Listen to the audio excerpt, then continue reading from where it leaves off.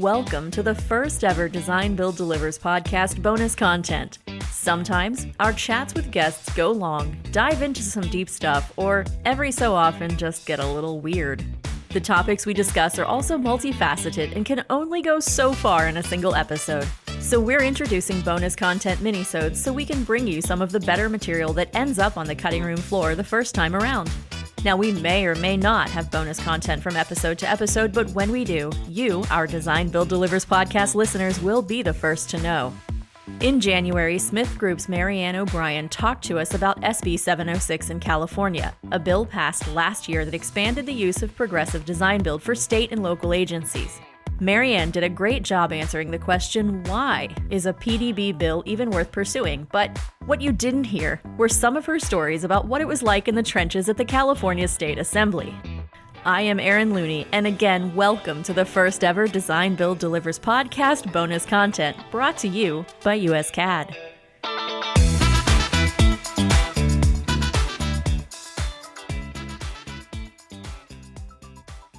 Now, Marianne, let me preface this with, anytime we talk about progressive design build, people pay attention.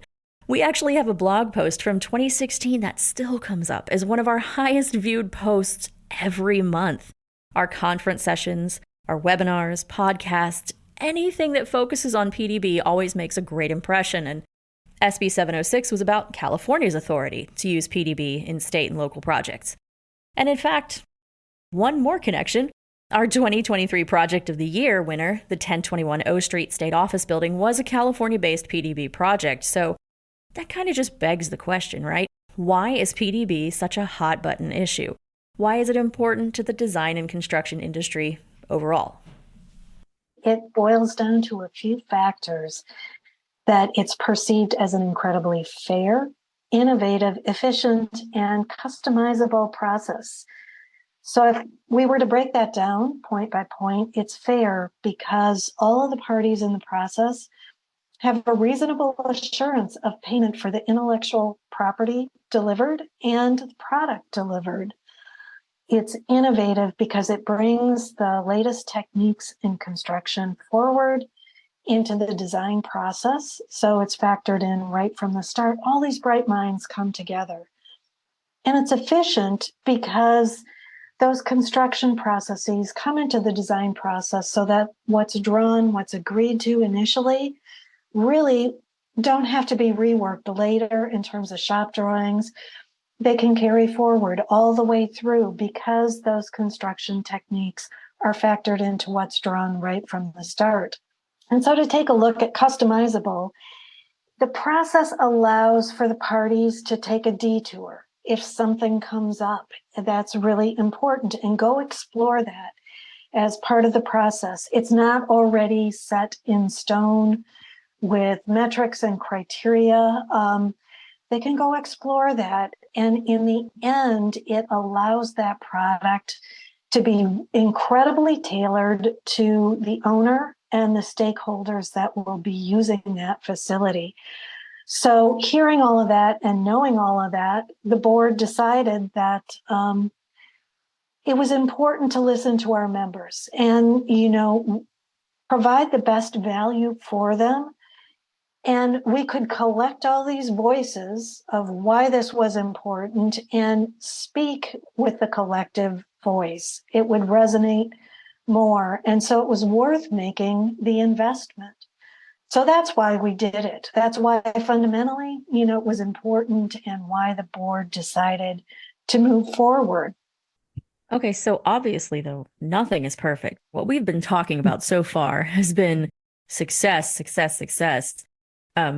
Steps that worked, ideas that worked, the importance of investing in something that works. But can you talk about some of the obstacles you encountered while working on SB 706?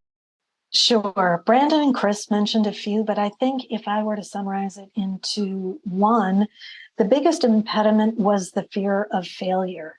As we were sitting and considering this at the board level, there was a concern that prior legislation had been hampered by concerns from some labor groups. But ultimately, and if we'd have stopped there and given up, there was a good deal of discussion, we would never have been able to achieve success. So really it was, if we don't try, how will we know that this impediment still exists, or it exists in the same way or for the same reasons? And so we went ahead and moved forward. And I do have to, kind of laugh and think about, that was a big impediment, but there were some small impediments along the way.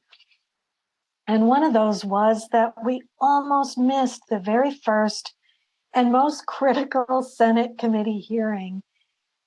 We were slated to be up to testify much later in the docket.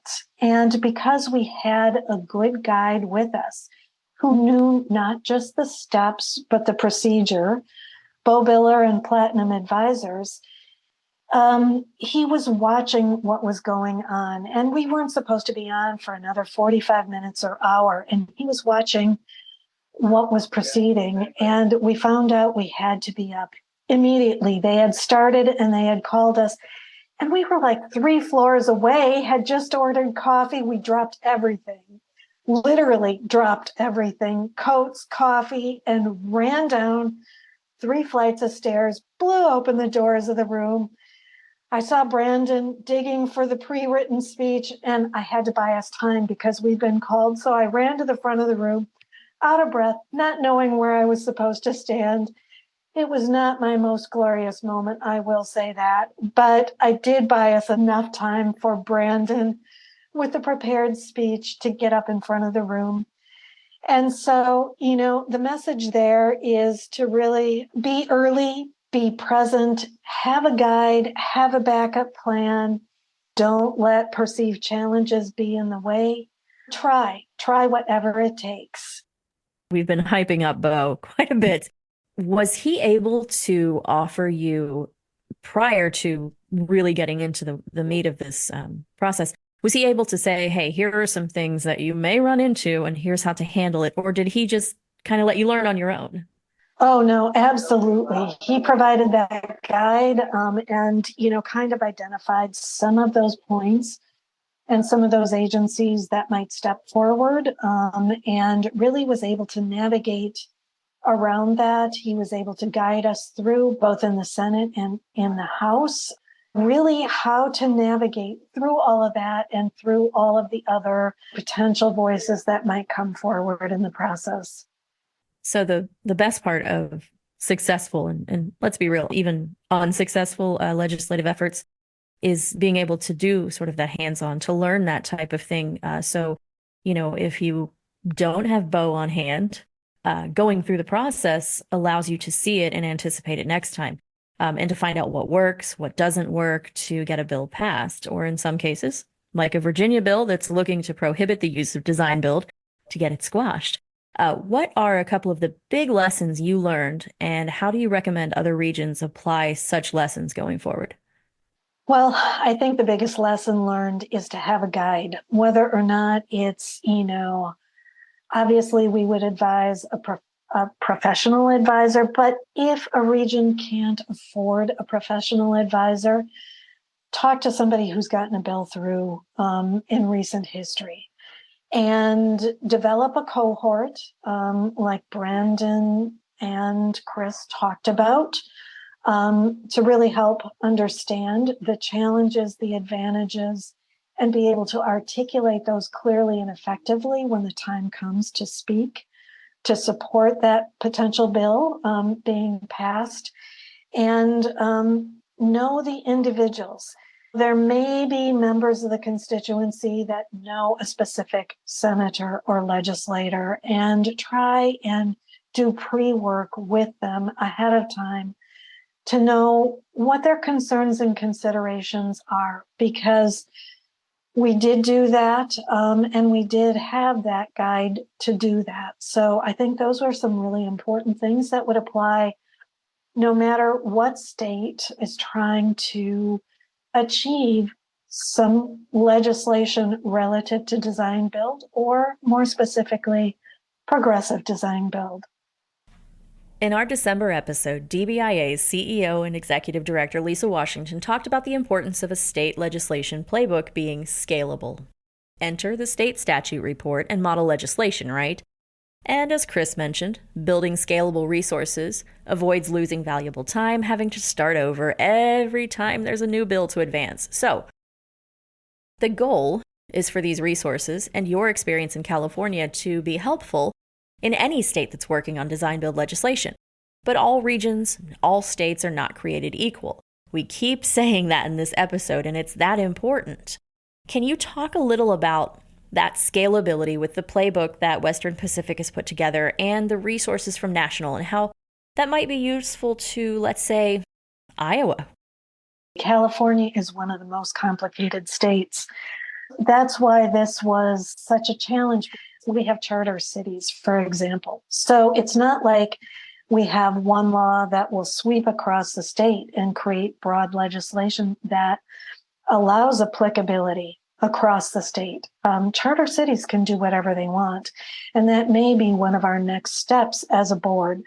So while Iowa doesn't have it, for instance, I wouldn't necessarily say it's more complex there because they don't have it. It might be maybe a more simple approach that could be a more sweeping effort. It might take one bill that gives broad-based legislative authority to the state.